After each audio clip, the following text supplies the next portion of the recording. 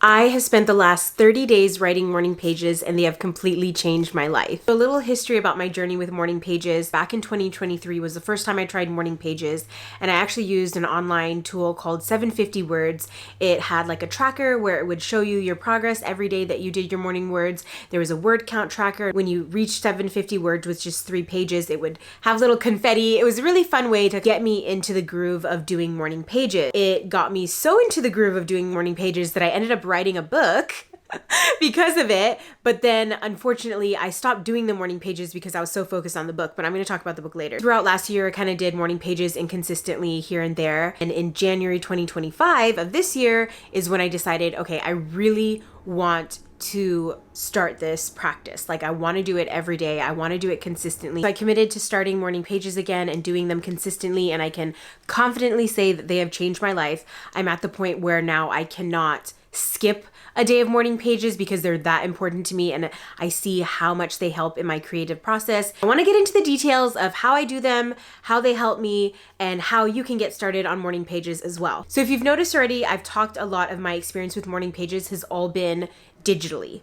Now, this might be a little controversial. In the book, it says that they have to be longhand. In the book, she also says you can't do morning pages wrong. I want morning pages to work for me, and my lifestyle is different from Julia Cameron's lifestyle, different from yours. Everyone else has their own ways of working in the world. This book was also written in the 90s. Typing and using computers wasn't as prevalent and in our day-to-day lives as it is now. I love typing my morning pages. I know that they're supposed to be written longhand, and maybe there will be a season in my life where I feel like I can do that and I might see the benefits of writing it longhand, but right now I type. I have ADHD, so my thoughts are very fast, and when I'm typing, I can just keep up with them. I'm sure many people will say that writing it longhand is part of their experience, like they love the physicality of buying that notebook, that physical notebook, and having the feeling of the fountain pen. That's their physical experience of it and what brings them that feeling of joy when they're doing them.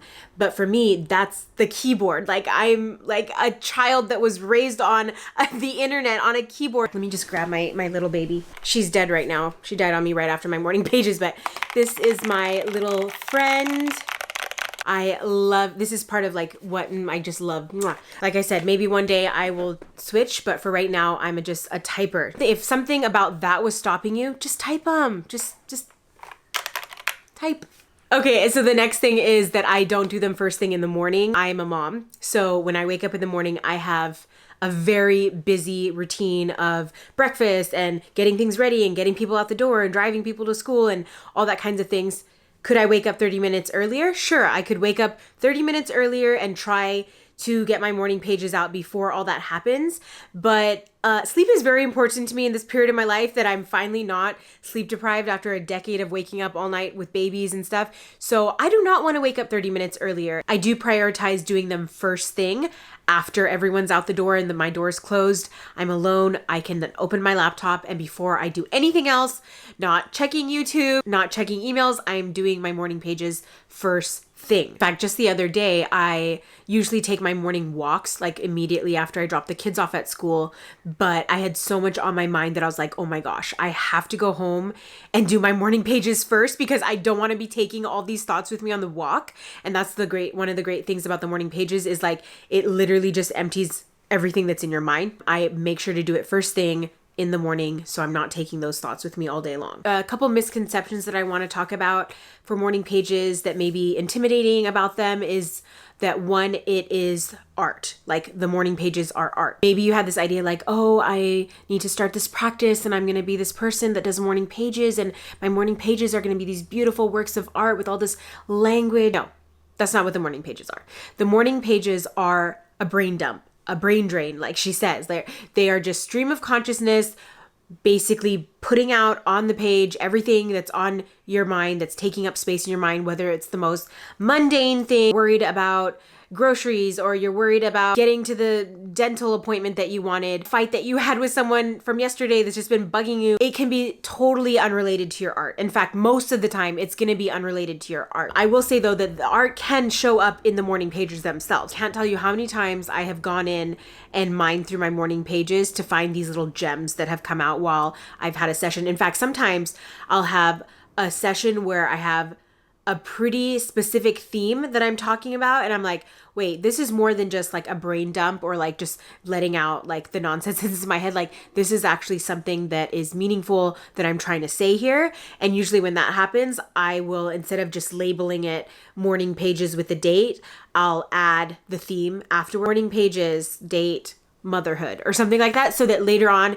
if I'm trying to work on an essay or something else, or remember a quote that I came up with, some golden nugget of genius thing that I said in my morning pages, I can search. But that's like very rare. It's probably like once every couple weeks that will happen. Usually I just let it be a dumping ground and then I move on and I don't look back at them. Sometimes I'll look back just because they're funny and it's fun. Like, I'm literally just my biggest cheerleader sometimes in there. Another misconception I think people have about morning pages is that it's for writers. Writing 3 pages a day, you must be a writer, or it's only beneficial if you're writing in some capacity. And that's simply not the case. I mean, for me, in my experience, I am a writer, so that they do apply to me in that context. But Julia Cameron talks about in the book, they are not just for writers. They're for any kind of artist, for anyone going through a creative recovery. It's not about the writing. It's not about the words. It's not about getting better as a writer or practicing that part of you. It's the simple act of getting your thoughts out and opening up your mind to be able to think creatively. Because we have these human brains that are thinking all these human thoughts, like, what am I going to eat? And it's our survival instinct. How am I going to pay the bills?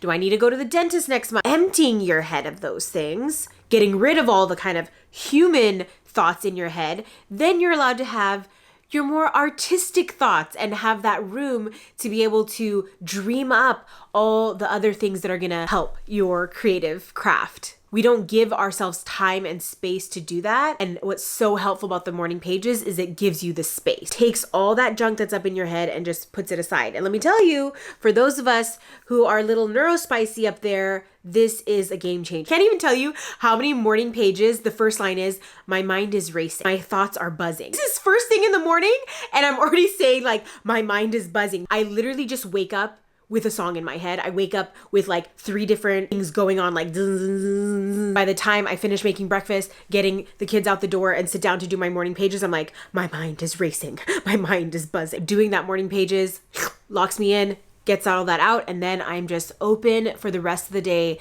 to be creative, to create my work, to work on my craft. It is amazing. I can't tell you how much this has changed my life. I'm at the point where I can't miss a day. It means so much to me now. So the story about writing the book.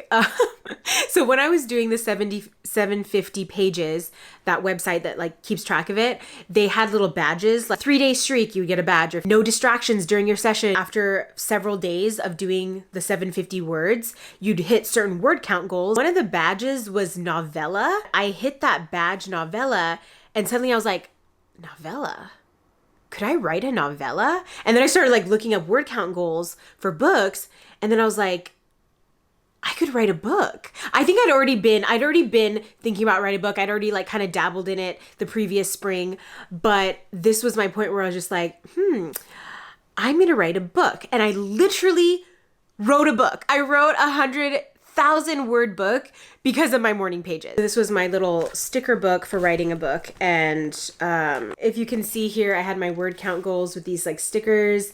And so I would hit like 2,000 words, almost like 2,000. This day I got 4,000 words. Like, are you kidding me? 30,000 words, 50,000 words, 80,000 words. If you are writing a book, if you're wanting to write a book, do morning pages. I'm telling you, like, they will change your life. They will change your book for the better. They will help you as an artist and a creative. But like I said, it's not just for writers. It's for any creative. This YouTube channel, like this whole YouTube channel has been through morning pages. I have done morning pages every step of the way. They have helped me in creating these videos, growing as an artist, as a creator, all of it. I just love morning pages. I am so sorry if this video has been so jumbled. I had my little whiteboard here to say all that kind of stuff. What I really wanted to do in this video was kind of demystify morning pages and give you some practical ways to adapt it to you. Don't be intimidated by the rules of like, it has to be this, it has to be that. Use the spirit of it. But Julia Cameron meant when she created